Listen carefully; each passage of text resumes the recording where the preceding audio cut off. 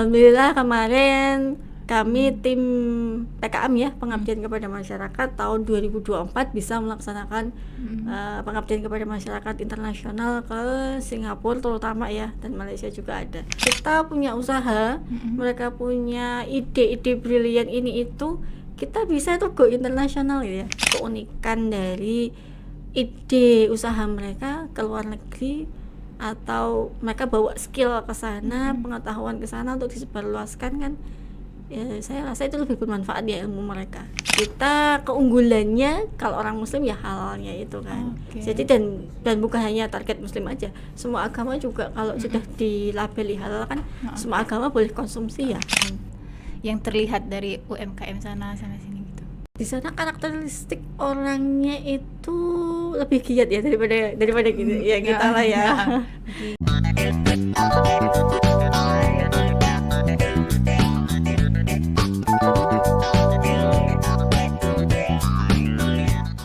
Assalamualaikum warahmatullahi wabarakatuh. Salam sejahtera untuk kita semua. Jumpa lagi sahabat podcast Febi TV bersama saya Yaya. Episode kali ini kita akan membahas topik yang menarik mengenai pengabdian kepada masyarakat yang dilakukan oleh dosen Febi Win Raden Masaid Surakarta di Singapura. Pengabdiannya yang seperti apa sih? Kegiatan yang bagaimana yang dilakukan oleh dosen Febi? Langsung saja dengan narasumber kita, Ibu Meilani Widya Ningsih, Sarjana Ekonomi Syariah Magister Manajemen selaku dosen ya Bu, dosen pengampu mata kuliah apa Bu? ALK Syariah, analisis laporan keuangan syariah. Banyak sih Mbak, ada pengantar bank syariah juga. Oke, keuangan. Mengenai perjalanan pengabdian kepada masyarakat itu, tema yang diusung tuh mengenai apa ya Bu? Kita lebih fokus ke halal ya, konsen ke pengembangan industri halal. Jadi kita agak sosialisasi gitu terkait kehalalan sebuah produk, kemudian bekerja sama lembaga yang ada di sana untuk mengamati proses-proses pengawasan produk-produk di UMKM yang ada di sana di Singapura. Mensosialisasikan industri halal ya Bu. Contohnya tuh kayak yang apa tuh Bu? Kalau kemarin lebih concern ke UMKM kuliner ya, tapi kita kerjasama sama lembaga yang di sana. Jadi kita melakukan semacam kayak pendampingan gitu di lembaga, namanya Haiba Academy. Haiba Academy, ternyata dari Haiba Academy itu lembaga yang kayak mendampingi UMKM atau pebisnis yang di sana, yang kebetulan memang yang dicari itu fokusnya muslim ya. Fokusnya gitu ya Bu. Ya, mereka buat produk secara bisnis dibimbing dibina sama Haiba Academy. Kemudian mereka juga mengawasi kehalalan sebuah produk itu dari mulai produksi sampai mungkin marketingnya juga gitu ya. Oke, Ibu perjalanannya ke PKM-nya itu bersama siapa aja tuh ditemenin? Kemarin kita diketuai sama Ibu Suryati dari Prodi MBS sama Ibu Kaprodi Ibu Rahma. Oke, berarti untuk sosialisasinya itu kayak bagi tugas gitu ya Bu, atau gimana?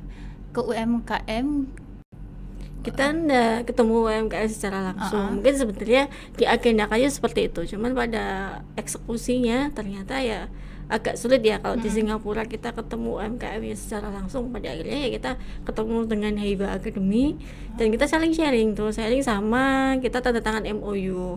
Sharing apa saja program-program mereka di Singapura. Ternyata mereka juga membangun semacam kayak lazis ya. Kalau di Indonesia mungkin konsepnya seperti itu, cuman mereka di Singapura kemudian menghimpun dan juga mendakwahkan bagaimana mereka ke orang-orang yang di Singapura, yang orang-orang muslim di Singapura itu potensi zakat wakafnya mereka terus berapa, dan mereka menghimpun itu. Ternyata terkumpul buahnya, meskipun di sana minim ya muslimnya, jadi minoritas, dan itu ada semacam fikih tentang bagaimana warisnya, bagaimana wakafnya ngurusinnya, kayak gitu-gitu. Oke, yang menariknya di Singapura itu apa tuh Bu? Untuk yang sosialisasinya UMKM-nya tuh kayak mungkin perbedaan yang terlihat dari UMKM sana sini gitu. Di sana karakteristik orangnya itu lebih giat ya daripada gitu ya kita lah ya. Jadi orang-orangnya itu semangat, lebih optimis untuk membangun sebuah bisnis. Dan kalau muslim kan ya mereka concernnya juga target segmen pasarnya juga orang muslim. Jadi semangat untuk ya kita keunggulannya kalau orang muslim ya halalnya itu kan. Jadi dan bukan hanya target muslim aja, semua agama juga kalau sudah dilabeli halal kan semua agama boleh konsumsi ya gitu.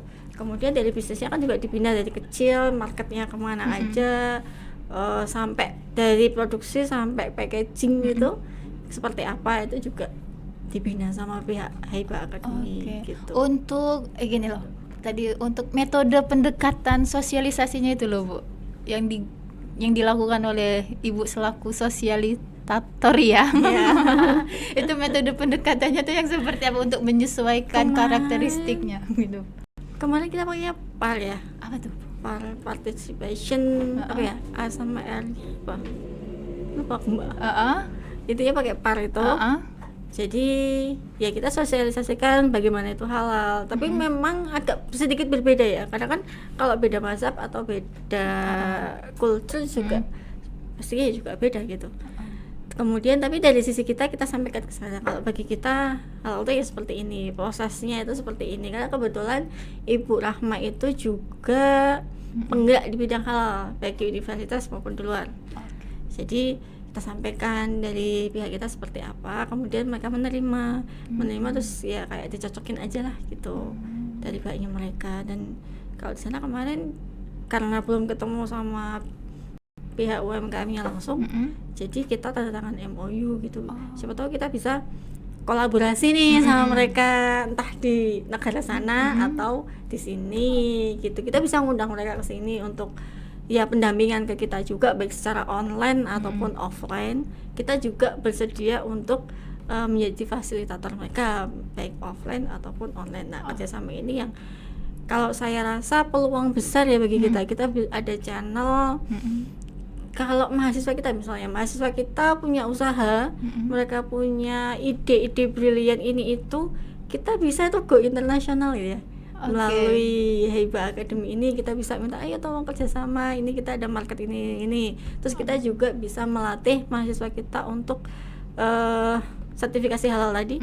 Kita gabung dengan Haiba Academy dan kita sama-sama tuh research ke sana ke mereka. Dan itu menjadi peluang banyak ya sebenarnya untuk pengembangan institusi kita ya, baik fakultas, entah sisi pembelajaran mahasiswa, pengalaman kita berikan experience, ataupun sisi riset tentang halal yang sekarang tuh sedang ini Mbak booming ya daripada dulu ya. Ternyata di luar sana yang minoritas muslim itu juga halal itu udah menjadi fokusan penting ya Bu ya. Iya, karena dengan itu bisa menjadi pengembangan bisnisnya mereka kan, meskipun muslimnya minoritas, tetapi pengunjung atau turis-turis yang datang itu kan tetap banyak muslimnya juga gitu. Jadi ya jadi target pasar, meskipun orang non muslim pun juga konsumsi juga oke-oke aja kan gitu. Jadi tidak hanya di muslim aja, kalau ada non muslim yang mau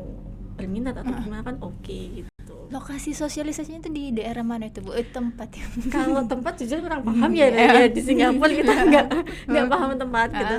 Jadi kemarin ada dari Studek itu student exchange yang mendampingi kita, juga memperkenalkan kita mempertemukan kita dengan Haiba Academy. Jadi kita bersama dengan pihak dari student exchange itu bertemu dengan Haiba Academy. Jadi kita tinggal datang aja, langsung didatangkan ke lokasi. Di situ lupa sih namanya, kayak semacam apart gitu, tapi isinya itu di sana kalau apart itu kan kayak hotel gitu ya. Kalau di situ tuh kios-kios untuk kantor-kantor gitu loh. kios-kios. Oh beda ya kayak pasar gede. Beda. Beda ya Bu ya.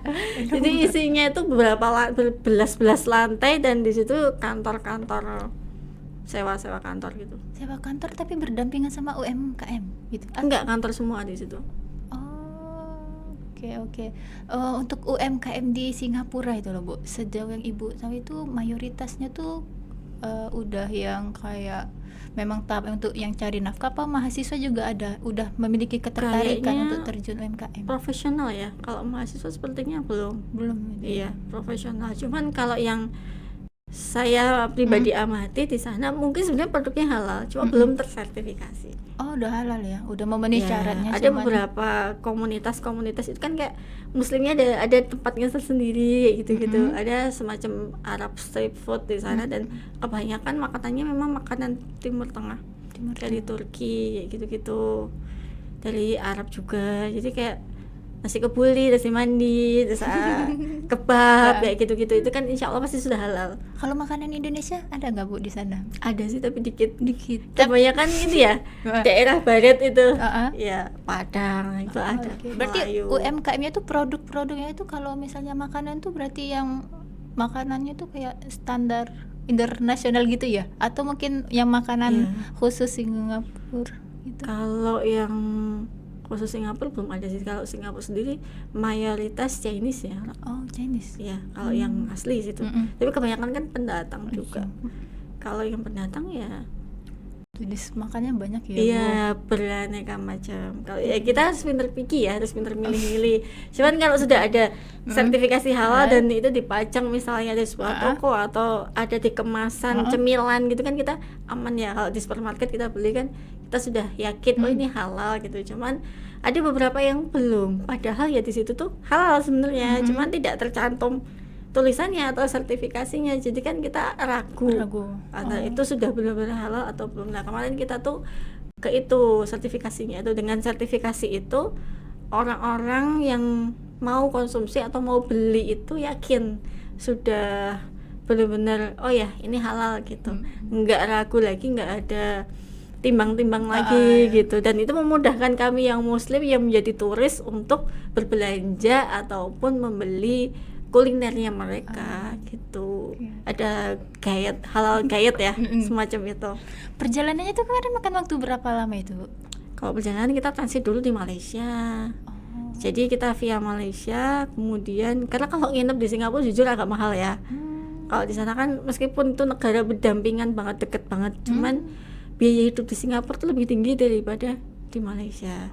Jadi kita memutuskan untuk menginapnya di Malaysia. Jadi kita turun di Malaysia, kemudian terbang ke Singapura, ketemu dengan Hibah Academy, kemudian balik lagi ke Malaysia. Itu via darat kita. Via darat. Iya, berangkatnya naik pesawat, pulangnya naik bis. Dari Singapura ke Malaysia itu, kalau sebenarnya Singapura ke Malaysia perbatasan tuh deket banget, Mbak. Nyebrang atau enggak? Nyebrang kayak jembatan. Oh, jembatan. Iya, bukan kan kayak lewat apa itu lupa. Bukan nyebrang laut ya. Nyebrang selat gitu enggak? Ya? Nyebrang kayak gitu. Cuma dekat. Enggak yang panjang banget gitu, enggak. Berarti untuk sosialisasinya itu cuman berapa hari? Makan waktu berapa hari itu, Bu? Kita ada 2 kali sosialisasi sih. Jadi kemarin 3 hari 2 malam. 3 hari ya sosialisasi. Dua tempat. Satunya di Malaysia. Kesan dan kesan selama sosialisasi di sana gimana itu, Ibu? Ya tentunya asik ya. Asik ya, Bu. Kita bisa go internasional, kita bisa memperkenalkan diri kita. Oh ini loh Win Raden Mas Said Surakarta yang kita ada di sebuah universitas di Solo. Kemudian kita merambah ke internasional dengan membawa identitas kita, dalam artian kita muslim, kita concern di muslimnya kita, dan kita bawa halal gitu dengan tema halal itu gitu untuk pengembangan bisnis, ketahanan pangan dan UMKM. Kayak Feby banget gitu loh. Jadi senang aja. Cuman ya oh ya ternyata pengalaman baru gitu. Pengen juga sih teman-teman ayo ke sana gitu. Apalagi ke mahasiswa ya. Lebih membuka wawasan mereka dan experience kalau bisa. Beberapa mahasiswa itu bisa ke sana ya. Nanti kita mungkin bisa cari peluang dengan entah biaya sendiri atau gimana gitu. Cuman dengan saya pribadi ke sana, itu saya juga memotivasi mahasiswa untuk juga ayo kita buka wawasan kita dengan bepergian atau berangkat ke sesuatu hal yang lebih jauh yang selama ini nggak kita bayangkan, nggak kita pikirkan. Meskipun kalau Singapura Malaysia kan deket ya, jauh tapi deket juga sih ya, nggak terlalu jauh banget gitu, 2-3 jam aja juga udah sampai. Jadi biayanya nggak terlalu besar, dan teman-teman untuk target pasar kalau mereka punya usaha bisa gitu. Cuman kan selama ini mahasiswa terkurung hanya di dalam negeri aja ya, meskipun di dalam negeri ya oke ya, tapi saingan mereka akan lebih banyak kan gitu. Kalau mereka membawa karakteristik keunikan dari ide usaha mereka ke luar negeri, atau mereka bawa skill ke sana, pengetahuan ke sana untuk disebarluaskan kan, ya saya rasa itu lebih bermanfaat ya ilmu mereka. Menyambung dari target pasar tadi loh Bu, berarti untuk label halal gitu ya, sertifikasi halal itu berarti sertifikasi. UMKM itu menurut Ibu berkeinginan untuk itu ya, untuk go internasional produknya, atau mungkin untuk karena itu Singapura negara tujuan wisatawan, mungkin skalanya di Singapura aja, atau mungkin ada dari mereka yang ingin go Kalau internasional? kemarin masih Singapura aja sih skalanya, belum ke jauh-jauh. Tetapi turisnya kan dari berbagai negara juga gitu. Turisnya dari berbagai Iya. negara.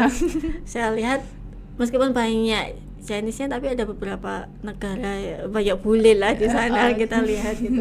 Jadi oh ya, kalaupun misalnya nih ada kemasan oleh-oleh ya, dijualnya hanya di Singapura, tapi kan akan sampai ke negara-negaranya para turis itu juga kan, kalau jalan-jalannya dari berbagai negara turisnya yang beli, akhirnya kan sampai ke negara si turis ya, kita nggak tahu dari mana, entah dari India, ada beberapa kemarin India, terus karena Malaysia itu juga ada Indianya juga ya, terus ya bule-bule yang Amerikaan gitu, itu juga ada. Dan pentingnya di situ ya Bu, label stable. Dan itu akan halal. Kalau itu enak ya, dirasa enak dan diyakini itu boleh dimakan, aman dimakan, dikonsumsi semua agama.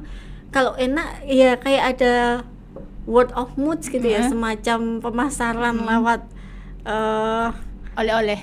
iya Lewat oleh-oleh, marketingnya lewat ya, oleh-oleh. dan image citra, oh ya ini belinya di Singapura nih, khas oleh-oleh Singapura, dan udah ada sertifikasi halal gitu kan. Dari beberapa turis yang di negara masing-masing, kalau balik lagi ke situ saya yakin mereka akan ingat itu ya, merekam itu dan balik lagi untuk membeli itu gitu, kalau memang itu terkesan enak, bagus, murah, halal lagi gitu. Oke, terima kasih Bu. Closing statement dulu Ibu. Apa Mbak? Closing statementnya dulu Ibu, gimana Bu? Alhamdulillah kemarin kami tim PKM ya, pengabdian kepada masyarakat tahun 2024 bisa melaksanakan pengabdian kepada masyarakat internasional ke Singapura terutama ya, dan Malaysia juga ada. Tetap alhamdulillahnya seperti itu. Kemudian saya pribadi dan perwakilan dari Ibu Suryati Samapul Rahma berharap ya teman-teman dosen-dosen yang lain, apalagi mahasiswa khususnya, itu bisa berusaha juga go internasional, membawa nama UIN Raden Mas Said Surakarta, Fakultas Ekonomi dan Bisnis Islam, untuk diperkenalkan dengan keilmuan kita ya, esaknya kita, apa yang kita pelajari selama di sini itu lebih bermanfaat, bukan hanya di lembaga kita sendiri saat kerja kita, bukan hanya di negara kita sendiri, tapi juga kita gaungkan tuh, kita dakwahkan, kita agak memperluas dakwahnya kita ya, terkait ekonomi, ketahanan pangan, kehalalan sebuah produk ke negaranya orang gitu. Jadi bisa lebih bermanfaat, bisa menambah experience-nya kita, riset-risetnya kita, dan memperluas relasi juga gitu. Harapan saya seperti itu. Oke, terima kasih ya Ibu untuk waktunya. Nah, sama-sama Mbak Yaya. Teman-teman sekalian, tadi sudah kita dengar sharing keilmuan dari Ibu Meilana, betapa bahwa keilmuan itu tidak serta-merta hanya sebatas kelas, ruangan, tapi bisa kita aplikasikan di masyarakat luas lainnya. Terima kasih untuk tetap menyaksikan kami di podcast Febi TV. Nantikan di materi-materi kami berikutnya. Wassalamualaikum warahmatullahi wabarakatuh. Waalaikumsalam warahmatullahi wabarakatuh.